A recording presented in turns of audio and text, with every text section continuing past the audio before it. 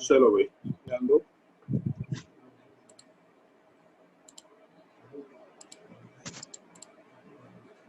एक minute.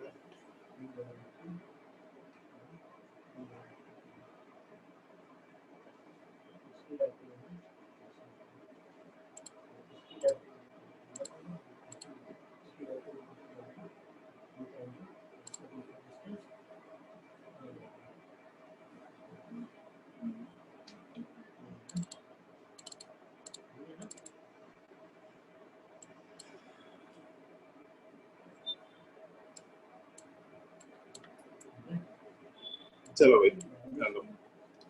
Question वाले part पे आते हैं। क्वेश्चन नोट करना शुरू करो। जैसे इस क्वेश्चन में हम लोग एक छोटा सा पार्ट बस कैरी आउट करेंगे। एक रिएक्शन दे रखा होगा कोई भी जनरल टाइप का। जैसे मान लो ऐसा एक रिएक्शन दे रखा 2A plus B gives 3C plus 4D। और इस केस में अलग अलग पार्ट्स होंगे क्वेश्चंस के। ढंग से सुनना है इस चीज को। क्वेश्चंस के अलग अलग पार्ट्स होंगे और उन अलग अलग पार्ट्स को जब हम लोग कंसिडर करके काम करेंगे तो तुम लोग को केवल एक चीज का ध्यान रखना है, जो भी पार्ट मिसिंग होगा उस मिसिंग पार्ट को फिल करना है। जैसे मान लो सवाल में ऐसा दे रखा कि सी वाले पार्ट के नीचे 6 मोल्स दे रखे। हर एक पार्ट में हम लोग केवल मोल के टर्म में काम कर रहे होंगे, ठीक है। तो अगर सर आवाज क्लियर नहीं आ रहा सर। आवाज क्लियर नहीं आ रहा? एक मिनट रुको, क्या आ रहा है सर?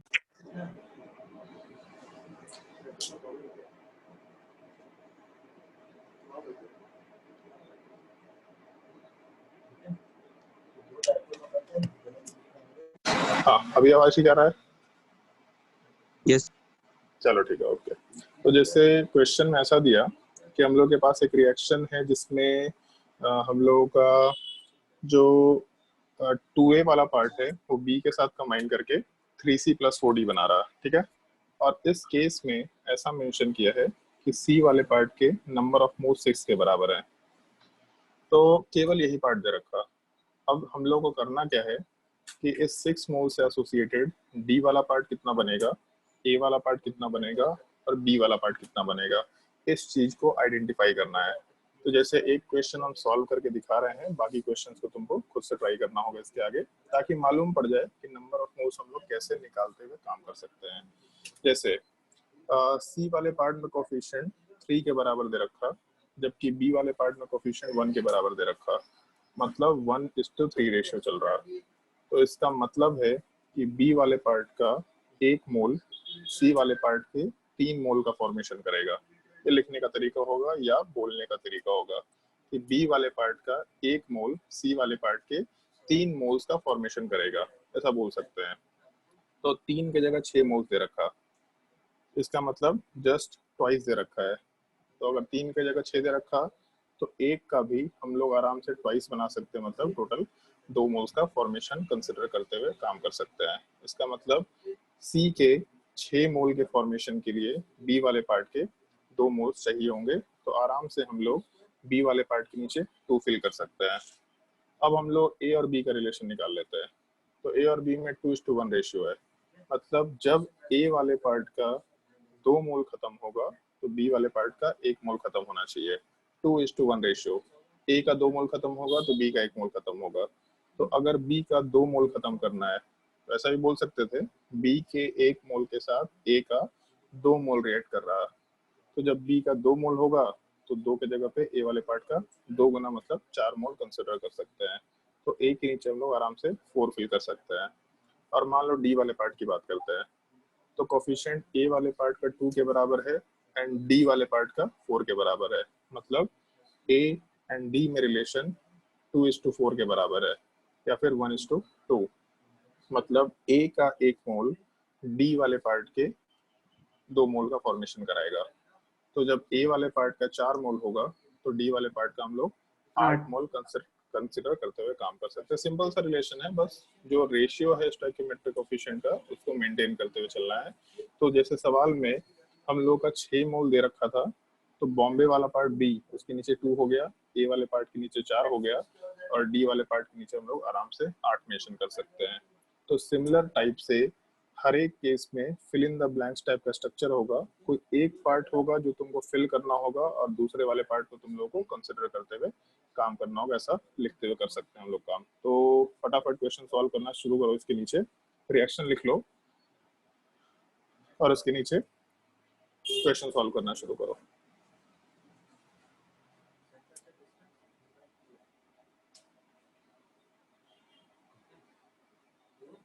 और जिससे आंसर पूछेंगे वही जवाब देगा।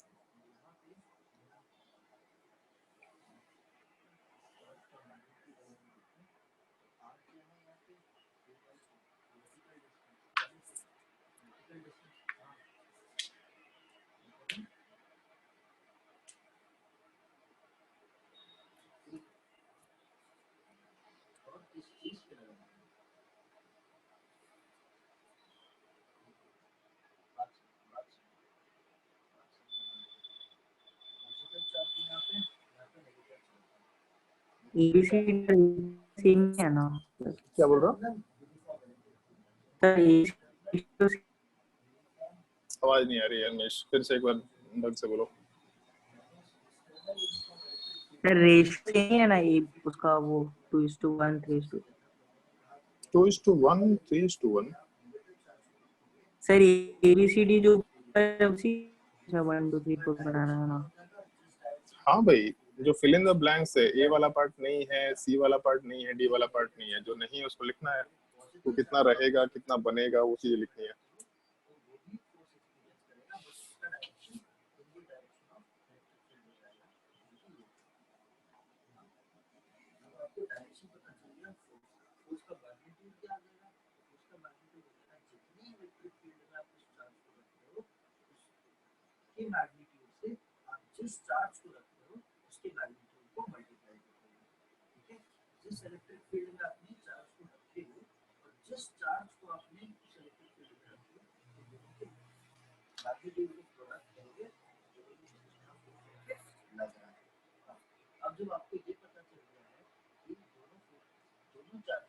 सर हो गया। अच्छी बात है, बाकी लोगों को ट्राई करने दो।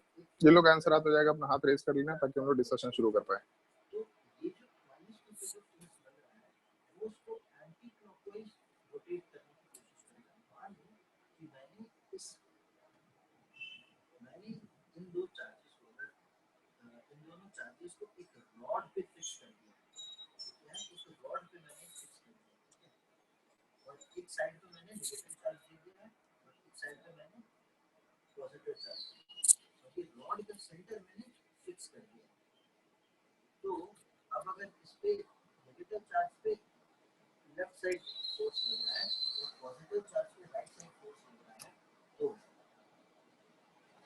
सेंटर के अबाउट जहाँ पे फिक्स करा हुआ है रॉड को, उसके अबाउट ये सिस्टम रोटेट करेगा या नहीं करेगा? फटाफट ट्राई करो भाई, सब लोग जल्दी ट्राई करो। 2 लोग का आंसर आ गया है। और जो लोग बिना लास्ट लेक्चर देखे हुए क्लासेस करते हैं, काइंडली ध्यान रखो, अगर कोई लेक्चर छूटता है तो लास्ट लेक्चर देख लिया करो, अदरवाइज करंट क्लास समझ नहीं आएगा। चीजें कनेक्टेड होती हैं, बिल्कुल समझ नहीं आएगा। बोर्ड का एग्जाम नहीं है कि हम लोग एक ही चीज को बार बार रिपीट करेंगे। एक बार बोल दिया तो उसके बाद आगे निकल जाएंगे हम लोग। अमन बताओ भाई, सेकंड वाले केस में क्या होगा? ए में क्या होगा? 6। उसके बाद सी में क्या होगा?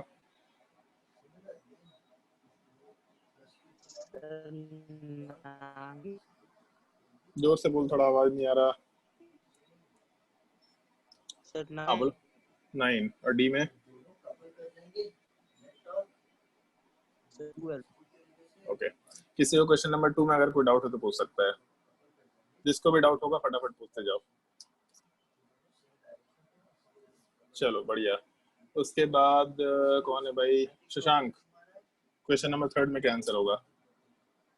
थर्ड है बी का होगा 5.5 पहले बी का कितना होगा? 5.5 5.5, सी का 16.5 16.5, और डी का 22 डी का 22। बढ़िया। उसके बाद और किसका इसका आंसर आया है भाई?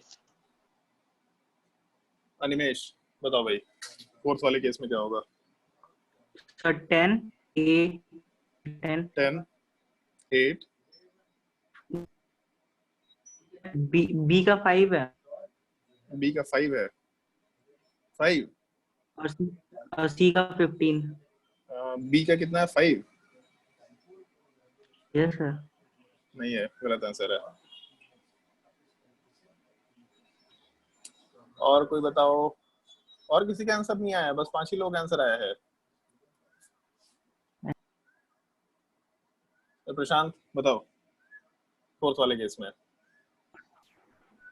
सर ए का होगा 12.5, ए का होगा 12.5, उसके बाद 6.25, 6.25, सी का 18.75। 18.75। ठीक है। अगर किसी को कोई डाउट है क्वेश्चन नंबर 4 में तो आराम से पूछ सकते हैं, और अगर डाउट नहीं है तो और भी अभी तक लोगों का आंसर नहीं है। जल्दी बनाओ भाई, जिससे पूछेंगे वही जवाब देगा। तनीषा 5 नंबर का जवाब देना है।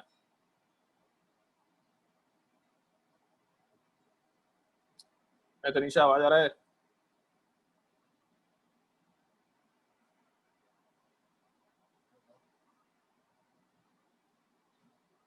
तनीषा को आवाज नहीं आ रहा। प्रीति, अच्छा 2 प्रीति है, प्रीति कुमारी। है प्रीति, आवाज आ रहा है? यस सर बन रहा है।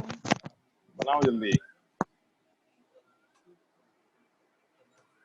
सर 5 नंबर बोले।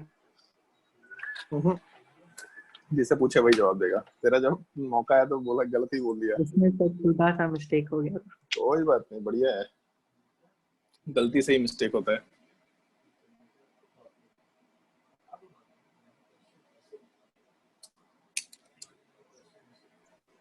सर मैं बोलूं? हाँ, कौन बोल रहा है? प्रीति अच्छा यादव। प्रीति यादव, हाँ भी बोलो। ओके 13 बोलो। ए का 13 पहले वाले केस में 13, ठीक है। 6.5 6.5, और डी का 26। 26, ठीक है, ठीक दिख रहा है। हाँ ठीक है। किसी को कोई डाउट है इन 5 पार्ट में तो पूछ सकता है, किसी पार्ट में डाउट है तो पूछ सकता है। और अगर डाउट नहीं है तो फिर हम लोग थोड़ा आगे बढ़ सकते हैं। किसी को डाउट नहीं है? सही है भाई, बहुत तेज लोग हैं। जवाब पूछते हैं तो गलत गलत जवाब देता है। चलो नेक्स्ट क्वेश्चन वाले पार्ट पे आते हैं। चलो क्वेश्चन नोट करो, थोड़ा जल्दी जल्दी सॉल्व करने की कोशिश करना। Find the mass of calcium oxide and volume of CO2 produced at STP condition when 200 gram of calcium carbonate is heated. When 200 gram of calcium carbonate is heated.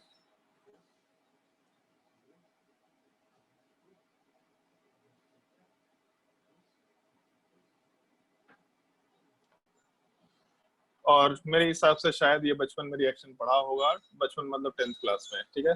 वो 10th class तक वो बच्चे थे, 11 12 में थोड़े जवान रहेंगे और 12 पास आउट होने के बाद बुढ़ापा आ जाएगा तुम्हारा, ठीक है। तो जो बचपन है उसमें कैल्शियम कार्बोनेट का हीटिंग करने पे डिकम्पोजिशन रिएक्शन में रिएक्शन पड़ा होगा। अगर कैल्शियम कार्बोनेट को हीट करते हैं तो कैल्शियम ऑक्साइड प्लस CO2 का फॉर्मेशन होता है। ट्राई करके देखो सवाल, फटाफट ट्राई करो और आंसर देखो कितना आ रहा है।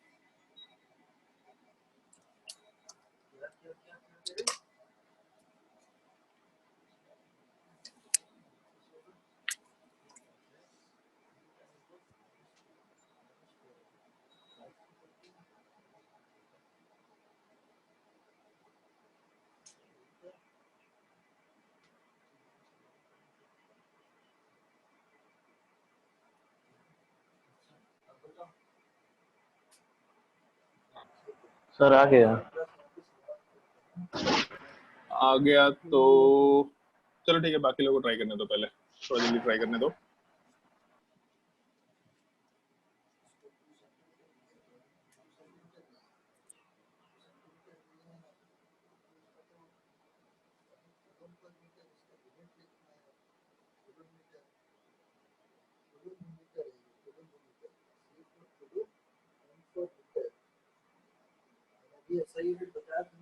सर आ गया।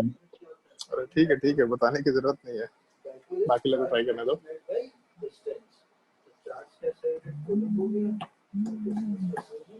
मिली, बता भाई, आंसर आया?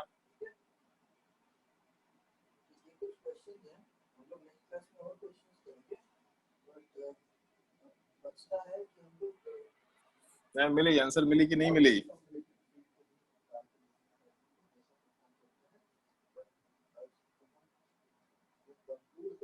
अनुष्का,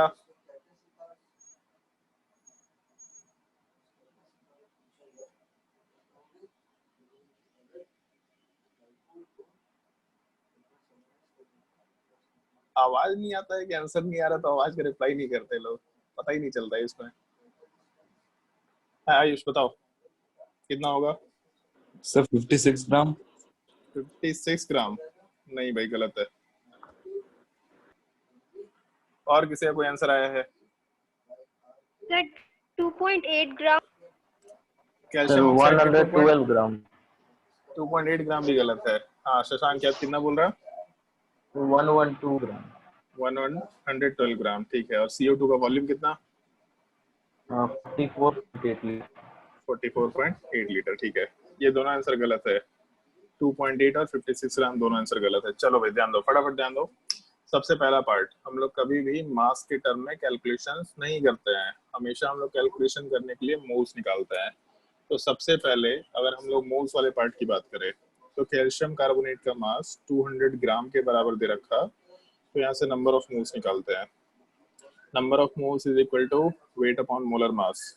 तो इसका मतलब 200 gram divided by calcium carbonate का मोलर मास। कैल्शियम का मास 40 हो जाएगा, कार्बन का 12 हो गया, और ऑक्सीजन 3 दे रखा, मतलब 48। तो 48 प्लस 12 60 प्लस 40 मतलब 100। तो यहाँ से टोटल नंबर ऑफ मोल्स 2 के बराबर निकल के आ जाएंगे। तो पहला पार्ट, नंबर ऑफ मोल्स 2 के बराबर हो गए। तो उसके बाद क्या कर सकते हैं? खोल के रखा स्पीकर का। हाँ शशांक, माइक्रोफोन ऑफ रखो। तो नंबर ऑफ मोल्स वाले पार्ट 2 के बराबर हो गए, ठीक है। अब नंबर ऑफ मोल्स से हम लोग आराम से प्रोडक्ट निकाल सकते हैं। तो कैल्शियम कार्बोनेट का जब 2 मोल खत्म होगा, तो पूरा रिएक्शन ऑलरेडी बैलेंस्ड है, कोफिशिएंट 1:1:1 चल रहा, मतलब हर एक रिएक्टेंट और प्रोडक्ट का स्टोइकियोमेट्रिक कोफिशिएंट 1:1 है। तो जब 2 मोल खत्म होगा तो 1:1 रेशियो में चीजें बनेंगी, मतलब 2 मोल खत्म हुआ तो 2 मोल बनेगा, 4 मोल खत्म होता तो 4 मोल बनता है, मतलब कैल्शियम ऑक्साइड जो बनेगा वो 2 के बराबर होगा, और CO2 वाला पार्ट भी 2 के बराबर बनेगा। तो यहाँ से तो मोल्स निकल के आया, बट सवाल में पूछा है find the mass of calcium oxide and volume of CO2। तो मास ऑफ कैल्शियम ऑक्साइड, जब नंबर ऑफ मोल से मास निकालेंगे तो मोलर मास से मल्टीप्लाई करते हैं। तो 2 इंटू कैल्शियम ऑक्साइड का मोलर मास हो जाएगा 56, मतलब यहाँ से हो गया 112 ग्राम। और जब हम लोग नंबर ऑफ मोल्स से वॉल्यूम में जाते हैं STP में, तो number of moles into 22.4 litre करते हैं, यहाँ से वॉल्यूम निकल के आता है। तो 2 इंटू 22.4 लीटर, इसका मतलब आराम से 44.8 लीटर कंसिडर करते हुए काम कर सकते हैं। तो 112 ग्राम और दूसरा 44.8 लीटर्स, ये दोनों अपना आंसर होना चाहिए। अगर किसी को कोई डाउट हो तो पूछ सकते हैं।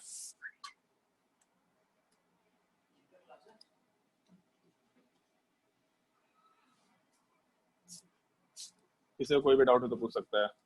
सर 22.4 लीटर कहाँ से है? 22.4 लीटर कहाँ से है, किसका डाउट है? शाम्भवी का? शाम्भवी लेक्चर्स देखा है आपने पुराने? No sir. बिना लेक्चर देखे हुए क्लास कंटिन्यू नहीं करो, अदरवाइज ये 22.4 के अलावा भी बहुत सारी चीजें नहीं समझ में आएंगी। जो हम लोग लेक्चर रिकॉर्ड करके डाले हैं उन सबको एक बार देख लो, बहुत सिंपल सा कंसेप्ट है।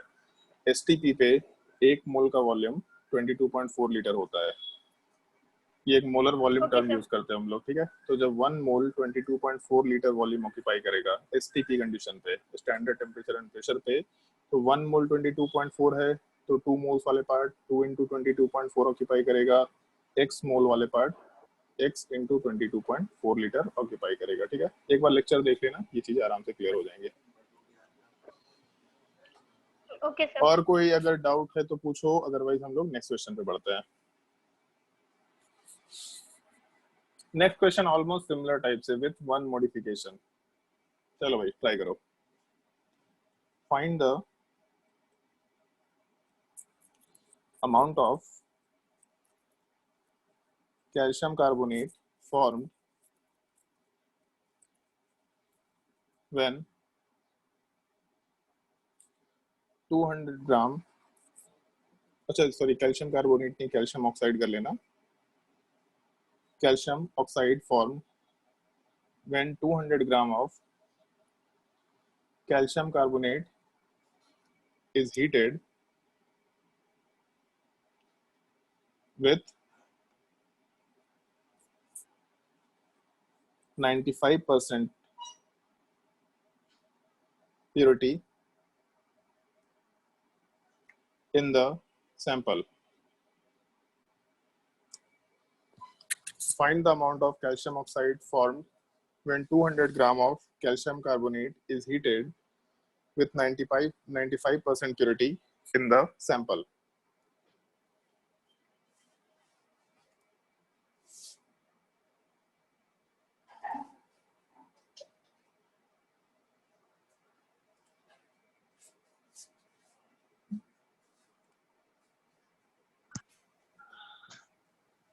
सोच के देखो एक बार सवाल।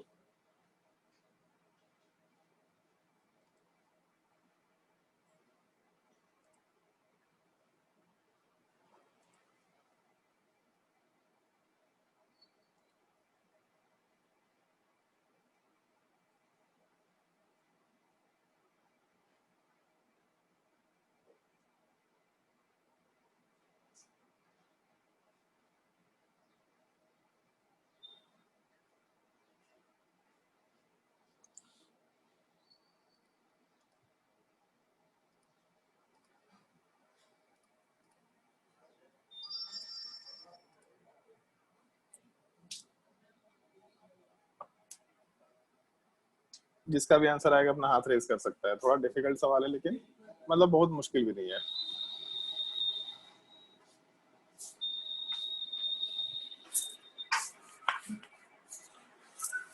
आयुष का आंसर आ गया, और कोई आंसर बताओ भाई। आयुष तो 2-3 आंसर बता चुका है आज। ऋषिराज, हाँ भाई ऋषिराज बताओ कितना आंसर आया। 106.4 grams.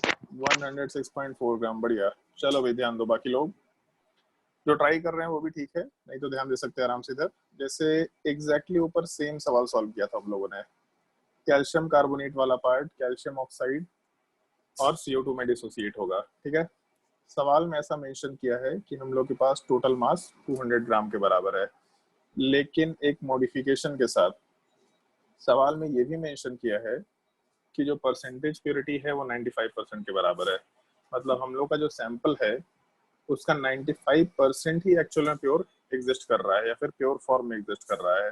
तो इसका मतलब ऐसा ले सकते हैं हम लोग कि अगर हम लोग 100 ग्राम का सैंपल लेते हैं तो 100 का 95% मतलब 95। जब भी हम लोग 100 के रिस्पेक्ट में परसेंटेज निकालते हैं तो जितना परसेंट उतना ही वैल्यू होता है। जैसे अगर मान लो 100 का 20% निकालते हैं तो सीधा 20 लिख सकते हैं। अगर 100 का 60% निकालते हैं तो सीधा 60 के बराबर वैल्यू लिखते हुए काम कर सकते हैं। तो इस केस में ऐसा कंसिडर करते हुए काम कर सकते हैं कि जैसे अगर 100 ग्राम होता तो 95% प्यूरिटी का मतलब 100 ग्राम का 95% कैल्शियम कार्बोनेट होता। तो जब हम लोग 200 ग्राम लेते हैं तो 100 ग्राम में 95 है तो 200 ग्राम में कितना होगा, तो डायरेक्टली भी बोल सकते हैं कि 200 ग्राम वाले पार्ट में 190 ग्राम हम लोगों को कैल्शियम कार्बोनेट प्योरली मिल जाएगा। मतलब हम लोग का भले ही एक मिक्सचर था या एक सैंपल था जिसमें हम लोगों के पास 200 ग्राम का सैंपल बोल रहे थे हम लोग, लेकिन उसमें हो सकता है कुछ इम्प्योरिटी हो। तो इम्प्योरिटी होने की वजह से जो प्योर कैल्शियम कार्बोनेट है वो बस 190 ग्राम के बराबर ही निकल के आ रहा है। तो बस अब अपने कुछ करना नहीं है। 190 ग्राम आया तो यहाँ से हम लोग पहले नंबर ऑफ मोल्स कैलकुलेट कर लेंगे। Number of moles is equal to total mass upon molar mass. यहाँ से 1.9 मोल्स निकल के आएगा। और फिर उसके बाद रिएक्शन में 1:1 रेशियो है, तो जितना कैल्शियम कार्बोनेट खत्म होगा उतना ही कैल्शियम ऑक्साइड बनेगा। मतलब 1.9 मोल खत्म होगा तो 1.9 मोल्स का फॉर्मेशन कराएगा। तो अब हम लोग 200 ग्राम सैंपल भले ही लेके चल रहे थे, लेकिन फिर भी हम लोगों के कैल्शियम ऑक्साइड का फॉर्मेशन एक्चुअल में केवल 190 ग्राम के हिसाब से होगा, मतलब 1.9 मोल्स के हिसाब से होगा। तो 1.9 मोल्स का फॉर्मेशन होगा। और 1.9 मोल्स का मतलब हो गया, अभी जस्ट ऊपर कैलकुलेट किया था, number of moles into molar mass is equal to total weight. तो 1.9 इनटू मास कितना है, 56 के बराबर। तो जब 1.9 को 56 से मल्टीप्लाई करेंगे तो 4, 45, 50, इसके अलावा 56, मतलब 106.4 अपना आंसर निकल के आना चाहिए। 106.4 ग्राम अपना आंसर आराम से कंसिडर किया जा सकता है। किसी को अगर सवाल में कोई भी डिफिकल्टी हुआ तो आराम से पूछ सकता है।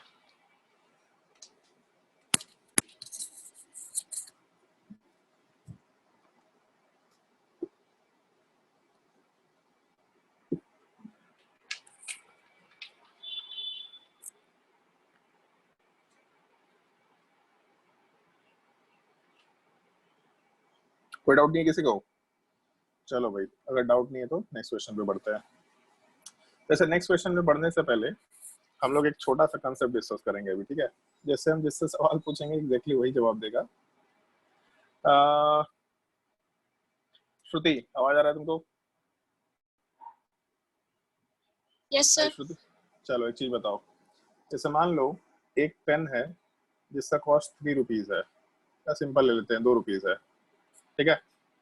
तो हम लोग शॉपकीपर के पास गए, अपना माइक्रोफोन अनम्यूट करके रख सकते हैं। हम लोग शॉपकीपर के पास गए, शॉपकीपर के पास 10 पेन था और अपने पास 20 रुपीज थे। तो हम लोग कितना पेन लेके आ पाएंगे?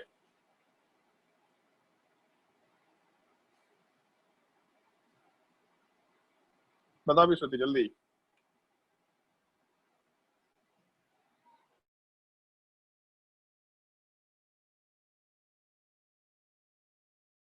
टेन।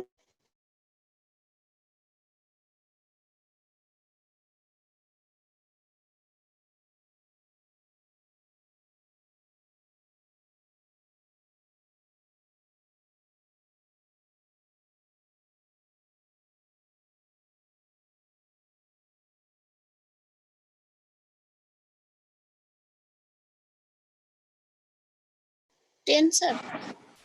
सर हाँ 10 भाई। 10। हाँ ठीक है, तो हमने डिस्कनेक्ट हो गया था मेरा, एक सेकेंड। हाँ, श्रुति से पूछ रहे थे ना हम। श्रुति, आवाज आ रही है तुमको? 10 सर। 10, ठीक है। चलो एक और सवाल का जवाब पूछ रहे हैं, ठीक है? थोड़ा सिंपल सा सवाल है, ज्यादा कुछ मुश्किल नहीं होगा इसमें। 1 मिनट रुक जाओ बस थोड़ा।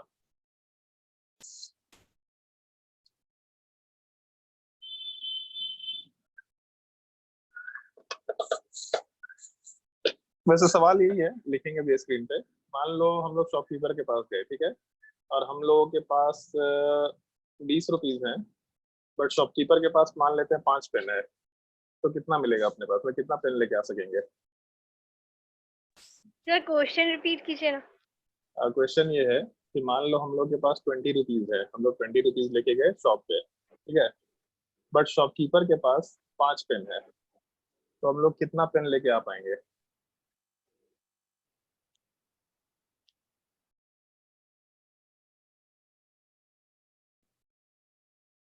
पाँच।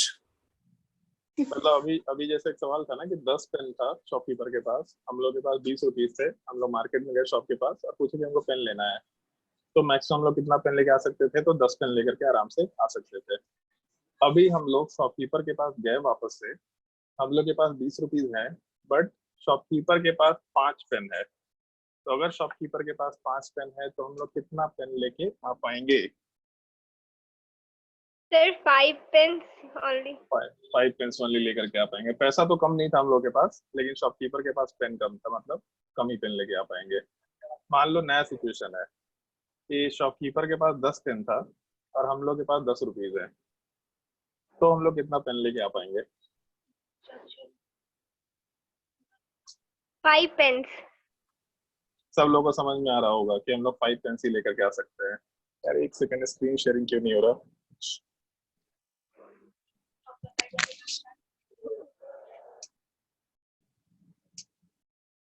नहीं।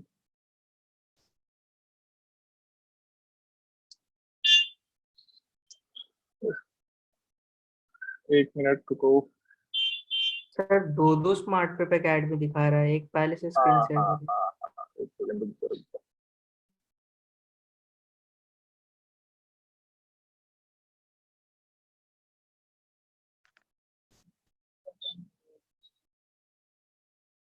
हाँ एक सेकंड। प्रीति होस्ट बन गई है, प्रीति होस्ट ट्रांसफर कर देना, ठीक है? अभी तो जरूरत नहीं है, बट होस्ट ट्रांसफर कर देना आपसे। चलो ध्यान दो। जैसे ऐसा लिख रहे थे, पहले वाले केस में हम लोग के पास 10 पेन आ सकते थे। फिर दूसरा केस लेके चले कि हम लोग शॉप के पास गए, शॉपकीपर के पास गए, हम लोग के पास 20 रुपीज थे, लेकिन शॉपकीपर के पास 5 पेन था। तो भले ही हम लोग के पास 20 रुपीज थे, मतलब सफिशिएंट रुपीज थे 10 पेन के लिए, लेकिन शॉपकीपर के पास पेन कम था। तो अगर शॉपकीपर के पास पेन कम था तो हम लोग पेन कम ही लेके आ पाएंगे, क्योंकि पेन ही कम था, पेन खत्म हो गया। अगर 5 पेन खत्म हो गया तो हम लोग के पास 20 रुपीज रहते हुए भी हम लोग को 10 रुपीज वापस लेके आना पड़ेगा, 10 रुपए का ही सामान खरीद पाएंगे। मान लो तीसरा केस था कि शॉपकीपर के पास 10 पेन था, लेकिन हम लोग के पास 10 रुपीज थे, तब भी हम लोग 5 पेन ही लेके आ पाएंगे। सिंपल सा कैलकुलेशन है, बहुत मुश्किल ही है, बहुत बार दुकान पे गएंगे आप लोग। तो जब हम लोग के पास 10 रुपीज था, मतलब हम लोग के पास इस बार पैसे कम थे, पैसा पूरा खत्म हो जाएगा, बट शॉपकीपर के पास फिर भी 5 पेन बचा रह जाएगा, और हम लोग के पास पेन कितना मिल के आएगा? 5। तो जैसे जब हम लोगों का पेन वर्सेस पैसे का रेशियो 1:2 था, तो जब शॉपकीपर के पास पेन और हम लोगों के पास पैसे दोनों इसी रेशियो में थे, तब तो हम लोग आराम से मैक्सिमम अमाउंट लेके आ पा रहे थे। मतलब 10 पेन के लिए 20 रुपीज था, तो 10 पेन लेके आ गए। लेकिन अगर पेन वाला पार्ट कम हो गया, पैसे भले ही ज्यादा थे बट पेन वाला पार्ट कम हो गया, तो भी हम लोग 5 पेन लेके आ पाए। और जब पेन ज्यादा हो रहा था, पैसे कम हो गए, तभी भी हम लोग 5 ही पेन लेके आ पाए। तो एक हम लोग नया कंसेप्ट यहाँ यूज करना शुरू करते हैं। जैसे जो हम लोग का पेन था और जो रुपीज था, इसको हम लोग रिएक्टेंट बोल सकते हैं। कि पेन वाला पार्ट रिएक्टेंट ए है, और पेंसिल वाला पार्ट, ये सॉरी, जो पैसे वाला पार्ट है रिएक्टेंट बी है। अगर रिएक्टेंट ए और बी अपने स्टोइकियोमेट्रिक कोफिशिएंट के रेशियो के हिसाब से दे रखा, जैसे 10 और 20 था, अगर इस रेशियो के हिसाब से दे रखा होता, तब तो हम लोग मैक्सिमम अमाउंट ऑफ प्रोडक्ट बना सकते थे। जैसे मान लेते हैं कि ए का कोफिशिएंट 1 है और बी का कोफिशिएंट 2 था, तो 1:2 में रिएक्शन होता। मतलब 10 ए वाला पार्ट 20 बी के साथ कंबाइन करता, और आराम से प्रोडक्ट वाले पार्ट में कुछ भी बनाता। लेकिन अगर ए वाला पार्ट कम होके 5 के बराबर हो गया, तो ए पहले ही खत्म हो जाएगा। तो जब ए खत्म हो जाएगा तो बी सफिशिएंट रहते हुए भी खाली बच जाएगा। और सिमिलर टाइप से जब हम लोग का बी वाला पार्ट कम है, तो बी पहले ही खत्म हो जाएगा और ए सफिशिएंट होते हुए भी कुछ ना कुछ बचा हुआ रह जाएगा। तो इस तरह के भी केस हो सकते हैं। जैसे मान लो कि हम लोग का रिएक्टेंट 1 दे रखा और रिएक्टेंट 2 दे रखा, अगर ये दोनों के दोनों रिएक्टेंट ठीक ठीक स्टोइकियोमेट्रिक कोफिशिएंट के रेशियो में है, तब तो उस केस में कोई तकलीफ नहीं है। कि अगर R1 और R2 का रेशियो ठीक दे रखा, तब कंप्लीट रिएक्शन होगा। जब कंप्लीट रिएक्शन होगा, दोनों खत्म होंगे और प्रोडक्ट का फॉर्मेशन आराम से होगा। लेकिन अगर हम लोगों का दोनों रिएक्टेंट का अमाउंट ठीक रेशियो में नहीं दे रखा, तो जो भी पार्ट कम दे रखा है वो पहले खत्म होगा, और जैसे ही पहले खत्म हो गया तो रिएक्शन वहीं पे रुक जाएगा, और जैसे ही रिएक्शन रुक गया तो हम लोग को अमाउंट भी कम मिलेगा। जैसे हम लोग का सेकेंड और थर्ड केस में हुआ था कि जब पेन कम हो गया था तो भी हम लोग कम पेन निकाल पाए थे, मतलब कम प्रोडक्ट बना पाए थे। जब पैसे कम हो गए थे तो भी हम लोग कम पेन, मतलब कम प्रोडक्ट बना पाए। तो कुछ भी केस हो, अगर स्टोइकियोमेट्रिक कोफिशिएंट वाला पार्ट मेंटेन नहीं हुआ, तब उस केस में डेफिनेटली हम लोग हमेशा कम प्रोडक्ट ऑब्टेन कर पाएंगे। ये एक पार्ट का हम लोग को थोड़ा ध्यान रखते हुए काम करना है। और इस तरह के केस में जब हम लोग का जो रिएक्टेंट है, उस रिएक्टेंट वाले पार्ट का अगर स्टोइकियोमेट्रिक कोफिशिएंट वाला पार्ट मेंटेन नहीं होगा, तब उस केस में हम लोग एक टर्म यूज करना शुरू करते हैं जिसको याद रखना ही रखना है, क्योंकि अगर नीट में सवाल आएगा या किसी भी कंपटीशन एग्जाम में आए, चाहे वो जेई एडवांस हो चाहे जेई मेंस हो, अगर उसमें मोल कॉन्सेप्ट का सवाल आएगा तो 90% चांसेस है कि हम लोग का जो कॉन्सेप्ट हम लोग यहाँ डिस्कस कर रहे हैं किसी पार्ट से रिलेटेड सवाल होगा। जो चीज कम पड़ जाता है उस चीज को हम लोग नॉर्मली लिमिटिंग रिएजेंट बोलते हैं। रिएजेंट बोलो या रिएक्टेंट बोलो, दोनों में कोई फर्क नहीं है। लिमिटिंग रिएजेंट बोल देंगे या लिमिटिंग रिएक्टेंट बोल देंगे, एग्जैक्टली सेम चीज है। जैसे सेकंड वाले केस में पेन कम था तो पेन वाला पार्ट अपना लिमिटिंग रिएक्टेंट हो गया, जबकि थर्ड वाले केस में पैसे कम है तो पैसे वाला पार्ट अपना लिमिटिंग रिएजेंट या फिर लिमिटिंग रिएक्टेंट हो गया। जो भी रिएक्टेंट पहले खत्म हो जाता है वो रिएक्शन को वहीं पे रोक देगा, और अगर वहीं पे रोक दिया मतलब रिएक्शन लिमिट कर दे रहा है, तो इसीलिए हम लोग टर्म लिमिटिंग रिएक्टेंट या लिमिटिंग रिएजेंट आराम से बोलते हुए काम कर सकते हैं। जैसे मान लो ऐसे केस की बात करते हैं, सिंपल सा केस अब हम लोग रिएक्शन के फॉर्म में रखते हैं। अगर N2 वाले पार्ट का रिएक्शन कराए हम लोग H2 के साथ ताकि अमोनिया का फॉर्मेशन हो, तो जब N2 वाला पार्ट H2 के साथ रिएक्ट करके NH3 बनाएगा, तो हम लोग अभी तक यही बोल रहे थे कि N2 का कोफिशिएंट 1 है, H2 का कोफिशिएंट वाला पार्ट 3 है, मतलब 1:3 रेशियो में रिएक्शन होगा। तो अगर 1:3 रेशियो में रिएक्शन हो रहा तो एक चीज तो बोला जा सकता है कि इसका अगर 1 मोल होगा तो सामने वाले का 3 मोल आना जरूरी है। अगर इसका 2 मोल होगा N2 वाले पार्ट का 2 मोल होगा तो सामने वाले पार्ट का 6 मोल होना जरूरी है। अगर N2 वाले पार्ट का 3 मोल होगा तो सामने वाले पार्ट का 9 मोल होना जरूरी है, तभी जाके 100% रिएक्शन होगा, दोनों कंप्लीटली खत्म होंगे। जिस टाइम पे 1 खत्म होगा उस टाइम पे 3 खत्म होगा, जिस टाइम पे 2 खत्म होगा उस टाइम पे 6 खत्म होगा, जिस टाइम पे 3 खत्म होगा उस टाइम पे 9 खत्म होना चाहिए।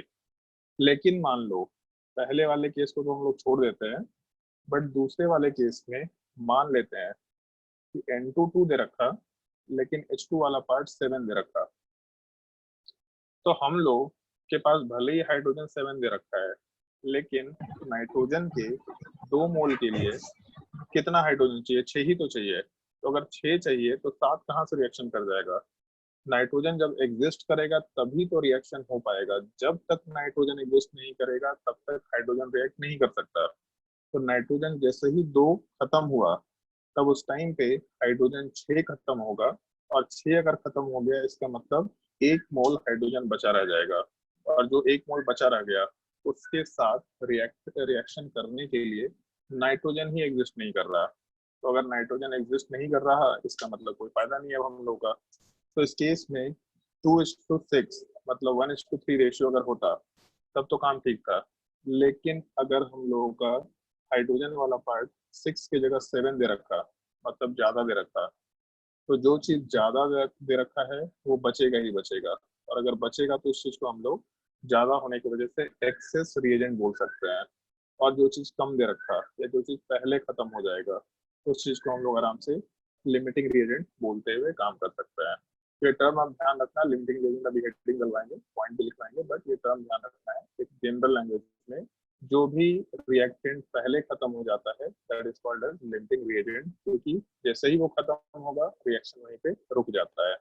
जैसे मान लो थर्ड वाला केस है, तो थर्ड वाले केस में ऐसा लेके चलते हैं कि N2 का 3 मोल दे रखा बट H2 वाले पार्ट का 6 मोल दे रखा है। अब इसमें प्रॉब्लम क्या है कि नाइट्रोजन का 3 मोल हाइड्रोजन के 3 गुना मतलब 9 मोल से ही रिएक्शन करेगा, जबकि हाइड्रोजन का कितना मोल दे रखा है यहाँ पे 6। तो जब इसका पहला मोल रिएक्शन करेगा तो 3 मोल खत्म हो जाएंगे हाइड्रोजन के। जब नाइट्रोजन का दूसरा मोल रिएक्शन करेगा तो हाइड्रोजन वाले पार्ट का छठा मोल खत्म हो जाएगा। प्रॉब्लम ये है कि 6 ही मोल दे रखा और 6 मोल खत्म हो गया। तो अगर 6 मोल खत्म हो गया तो नाइट्रोजन का तो 2 ही मोल जा रहा। इसका मतलब ये है कि नाइट्रोजन का जो थर्ड मोल है मतलब 1 मोल बचा हुआ है, बचा हुआ तो है लेकिन सामने कुछ भी रिएक्शन करने के लिए एग्जिस्ट ही नहीं कर रहा। तो ये 1 मोल बचा का बचा रह जाएगा। जो चीज खत्म हो गया पहले उस पार्टिकुलर पार्ट को हम लोग आराम से लिमिटिंग रिएक्टेंट या फिर लिमिटिंग रिएजेंट बोल सकते हैं। एंड जो लिमिटिंग रिएजेंट होगा हमेशा उसी के हिसाब से हम लोग प्रोडक्ट के अमाउंट को डिसाइड करेंगे। मतलब जो खत्म हो गया उसके हिसाब से रिएक्शन चलेगा। जैसे पेन खत्म हो गया था तो फिर मतलब पेन कम था तो पेन के हिसाब से काम किए, पैसा कम था तो पैसा के हिसाब से काम किए। तो जो कम होगा उसके हिसाब से प्रोडक्ट बनाना है, जो ज्यादा होगा उसको हम लोग यूज करते हुए काम नहीं करेंगे। तो अब जब भी सवाल सॉल्व करेंगे तो हमेशा सवाल में एक चीज आइडेंटिफाई करना पड़ेगा कि उसमें लिमिटिंग रिएक्टेंट कौन सा है। उसके लिए क्या कर सकते हैं, उस कंसिडरेशन को भी हम लोग थ्योरेटिकली डिस्कस करना शुरू करेंगे। और इसके बाद पहले तो हेडिंग डाल दो लिमिटिंग रिएजेंट। एक थियोरेटिकल डेफिनेशन केवल छोटा सा हम लोग मेंशन करेंगे और उसके बाद हम लोग कैसे लिमिटिंग रिएजेंट पहचान सकते हैं इन सब चीजों का डिस्कशन करेंगे आराम से।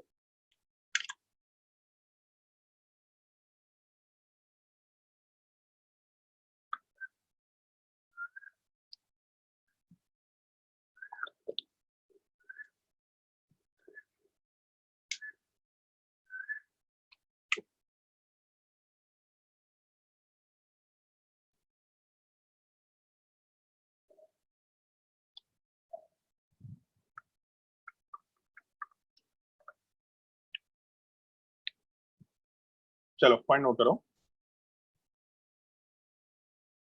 द रिएक्टेंट which is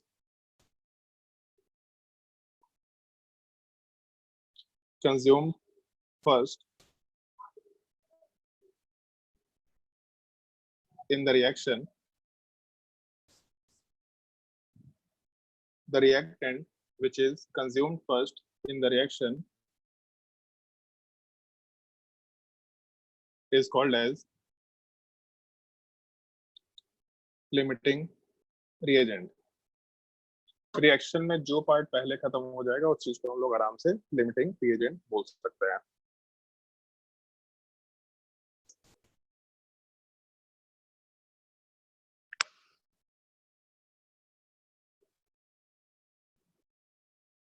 और कैसे पहचानेंगे इस चीज का थोड़ा ध्यान रखना है।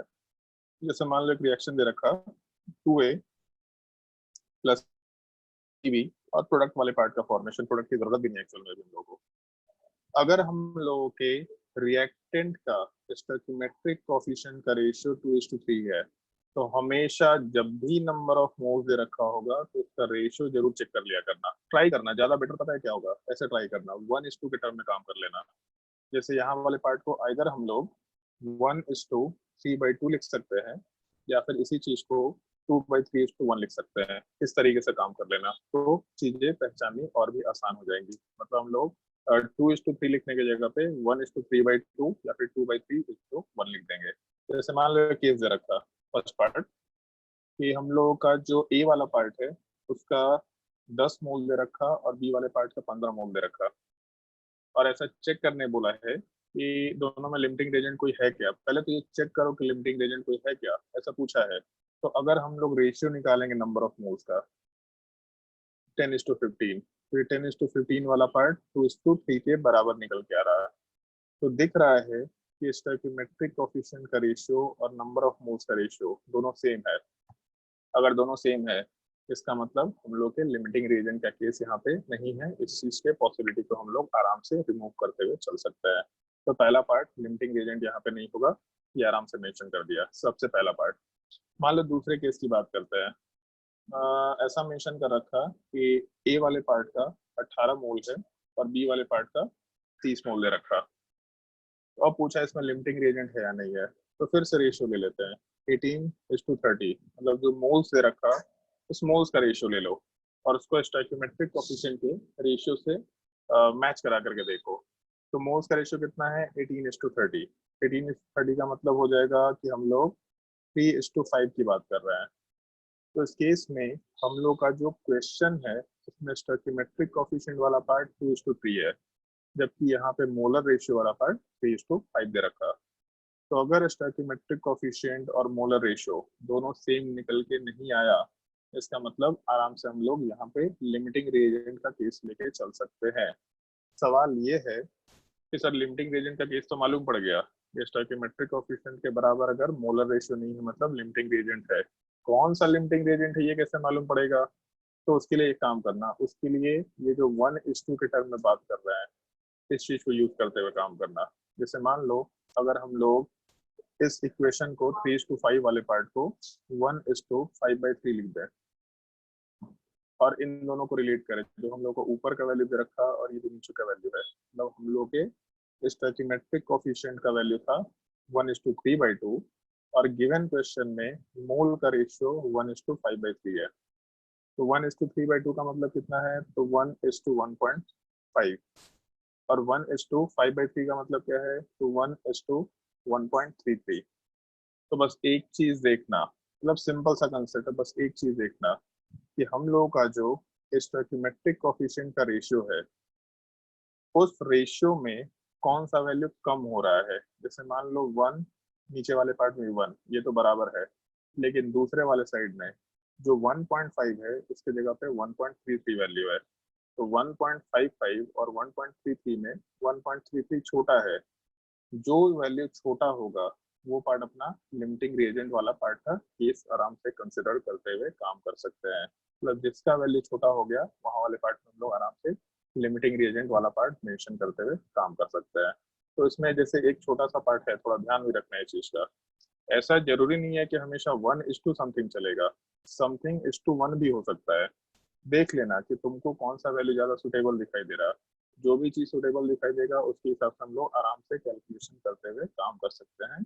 एक और भी तरीका यूज कर सकते हैं, मतलब उस चीज को भी जस्ट मेंशन करेंगे, बट मेरे हिसाब से अगर इस लिमिटिंग रीजन के पहचानने वाले तरीके में, पहचानने भी नहीं, ये मालूम करने वाले तरीके में कि लिमिटिंग रीजेंट होगा कि नहीं होगा, अगर इसमें कोई डिफिकल्टी है तो पूछ लो, इस चीज को एक्सप्लेन कर देंगे। अदरवाइज हम लोग लिमिटिंग रीजेंट पहचानने का एक और तरीका निकाल सकते हैं और वो ज्यादा सिंपल तरीका है। अगर इस पार्ट में डिफिकल्टी है कि इसमें लिमिटिंग रीजन का केस है कि नहीं है तो पूछ लो।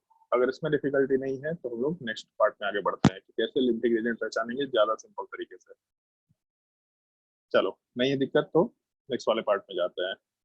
जैसे लास्ट क्लास में तुम लोगों को बताया था एक मैथमेटिकल फॉर्म कि हम लोगों का अगर एक जनरल इक्वेशन दे रखा ए प्लस बी प्रोडक्ट वाले पार्ट में सी प्लस डी और पूछा है कि इस इक्वेशन वाले पार्ट में हम लोगों को जो मोल एनालिसिस है उसका रिलेशन बताओ।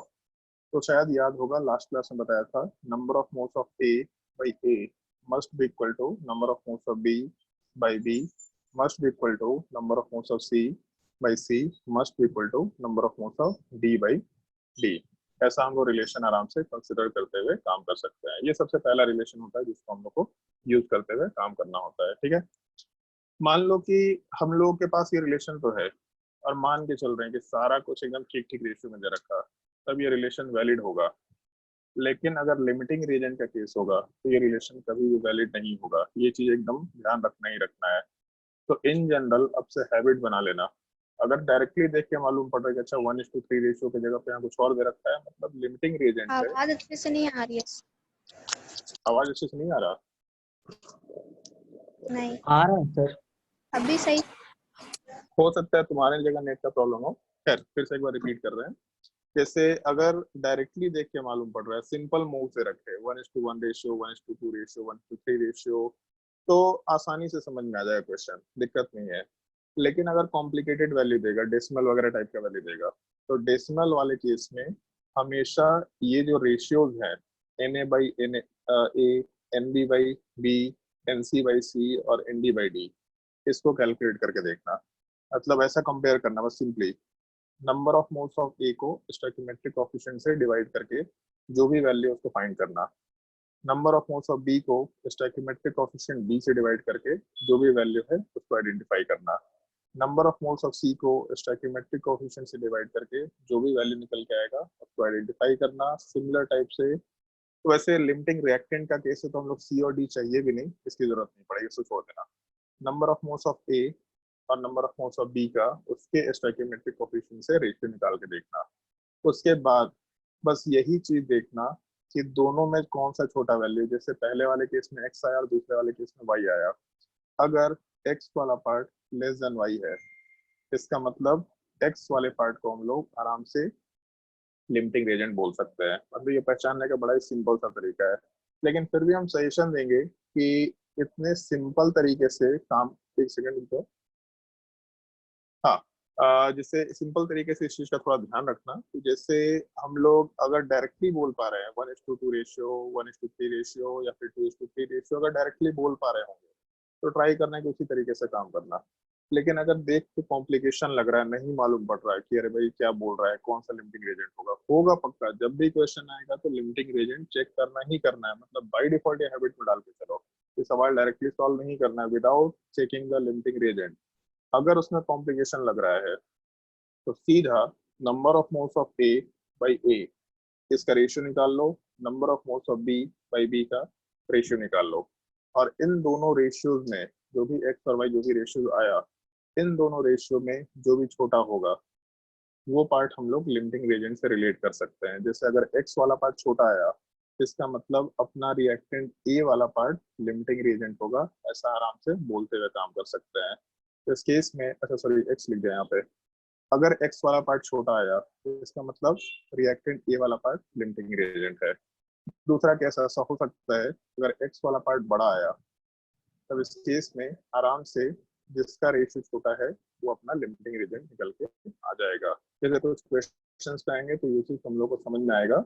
लेकिन जैसे इसको लैंग्वेज में तो हम कैसे लिखाएं, ठीक है ऐसा लिख सकते हैं, एक छोटा सा हेडिंग टाइप से मेंशन कर लेना, how to find the limiting reagent. छोटा सा हेडिंग मेंशन कर लो कॉपी में, how to find the limiting reagent.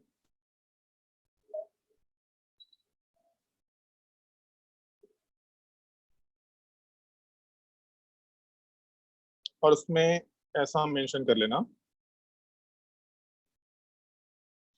For the given reaction, ये जो रिएक्शन दे रखा है A A plus B B जो जनरल रिएक्शन है ये नोट कर लो।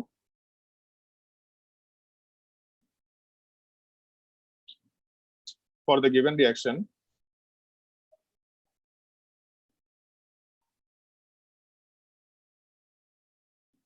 Calculate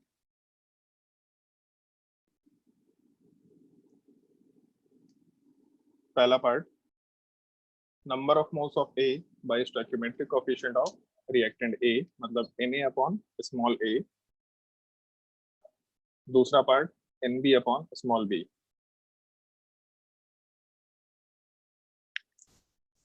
Nb upon small b, दोनों का एक वैल्यू एज्यूम कर लिया x और y, और उसमें ये पार्ट नोट कर लेना। जिस केस में या जिस रिएक्टेंट में रेशियो कम होगा वही रिएक्टेंट लिमिटिंग रिएजेंट बन जाएगा, जिसका ज्यादा होगा उस चीज को हम लोग एक्सेस रिएजेंट आराम से बोल सकते हैं। ये पॉइंट का सिंपल तरीके से ध्यान रखना।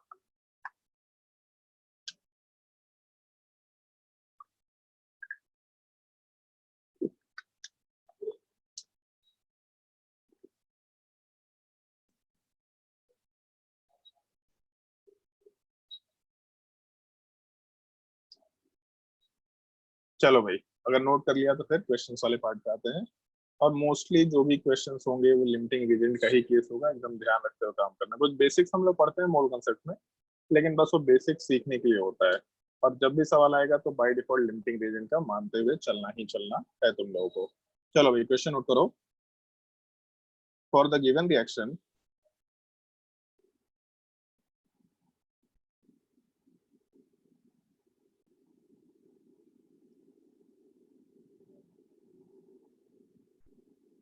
नोट करते जाओ, reaction 2a plus 5b gives 3c।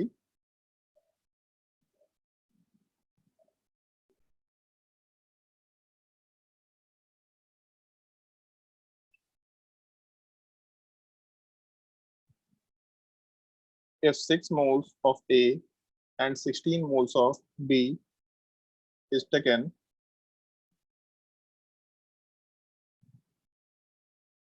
then find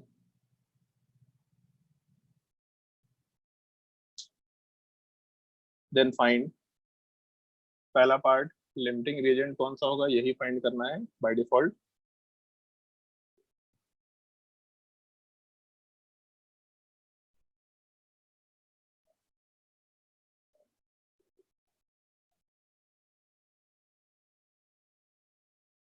second part number of moles of C form, simple question है, मोलर रेशियो के टर्म में ही काम करना है अपने को। जो लिमिटिंग रिएजेंट है हमेशा उससे प्रोडक्ट बनाया करेंगे, इस चीज का ध्यान रखना है। लिमिटिंग रिएजेंट ही प्रोडक्ट डिसाइड करेगा, एक्सेस तो ज्यादा है वो तो बचा रह जाएगा। चलो एक काम करते हैं, इसमें थर्ड पार्ट ऐड कर देते हैं।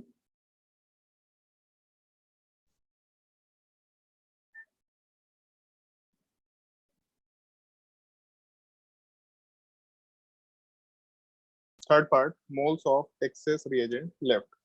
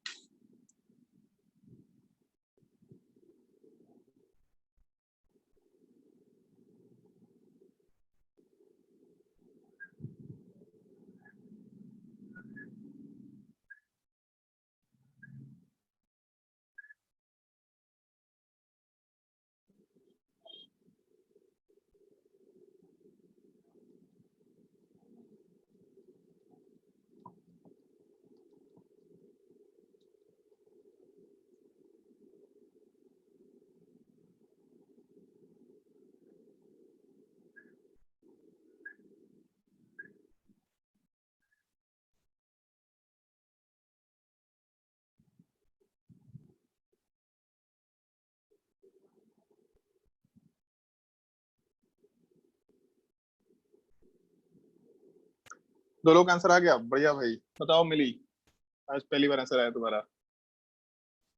पहले वाले केस में क्या होगा? सर ए। पहले वाले केस में लिमिटिंग रिएजेंट ए है, हाँ ठीक है ए होगा।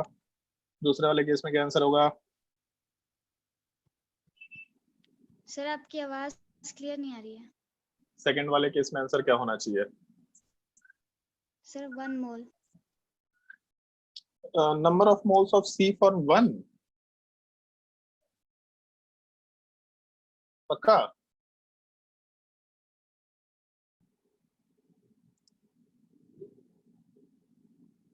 बताओ भाई जल्दी।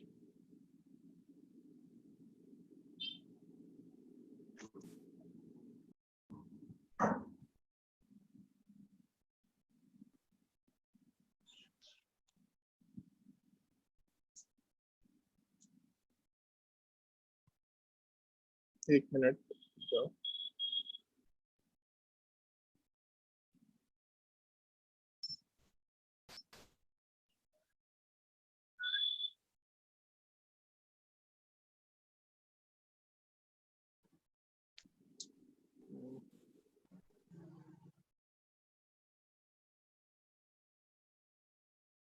क्या होगा?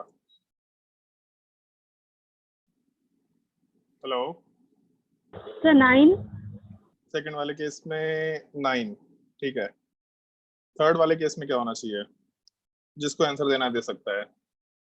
Sir B. 1 थर्ड वाले केस में बी। 1 1 नहीं, सवाल में बी नहीं पूछा है भाई, सवाल में मोल्स पूछा है, moles of access reagent. Access reagent जैसे, 1 मोल। अच्छा 1 मोल तो थर्ड का आंसर बताई थी। Yes sir. हमको लगा सेकंड का आंसर बताइए। चलो ठीक है भाई, एक तो लिमिटिंग रिएजेंट ए हो जाएगा, मतलब बी वाला पार्ट अपना एक्सेस रिएजेंट हो जाएगा। दूसरा सेकंड वाले केस में सी के 9 मोल्स का फॉर्मेशन होगा। और तीसरा,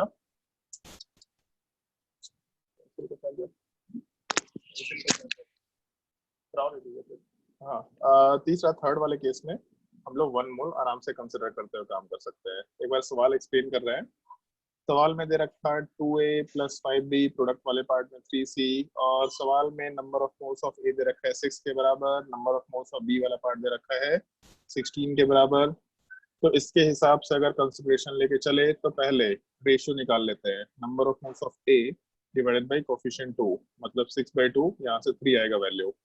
दूसरे वाले केस में अगर रेशियो निकालेंगे, number of moles of B by coefficient वाला पार्ट 5, इसका मतलब 16/5, तो यहाँ से 3.2 आएगा वैल्यू।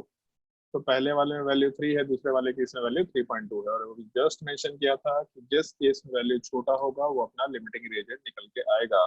अगर रेशियो बराबर होता तब तो लिमिटिंग ग्रेडियंट का केस ही नहीं है, बट अगर रेशियो बराबर नहीं है तो जो छोटा है वो अपना लिमिटिंग ग्रेडियंट है, मतलब ए वाला पार्ट लिमिटिंग ग्रेडियंट है, और हमेशा लिमिटिंग ग्रेडियंट के हिसाब से प्रोडक्ट का फॉर्मेशन कराएंगे। तो ए वाला पार्ट का कोफिशिएंट 3 है, तो ऐसा लिख सकते हैं ए वाले पार्ट में और सी वाले पार्ट में कि ए का 2 मोल प्रोडक्ट वाले पार्ट के 3 मोल को बना रहा, मतलब 2:3 रेशियो में काम चल रहा।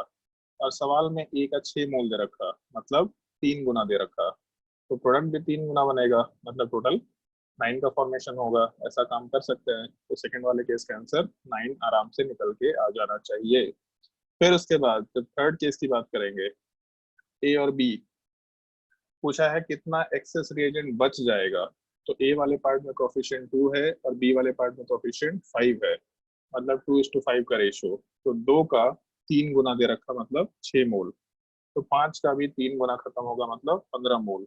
तो टोटल 16 मोल है और उसमें से 15 मोल खत्म हो गया। तो इसका मतलब क्या है कि हम लोग के पास 1 मोल बचा हुआ रह जाएगा। तो उस केस में लिमिटिंग रिएजेंट भी निकालना आ गया, प्रोडक्ट का फॉर्मेशन कराना भी आ गया, और कभी कभी सवाल हो सकता है कि ये पूछ ले कि कितना एक्सेस रिएजेंट वाला पार्ट बचा हुआ रह गया है। तो ये तीनों सवाल आराम से कंसिडर किए जा सकते हैं, और बाकी और भी क्वेश्चन हम लोग आराम से नेक्स्ट क्लास में डिस्कस करेंगे।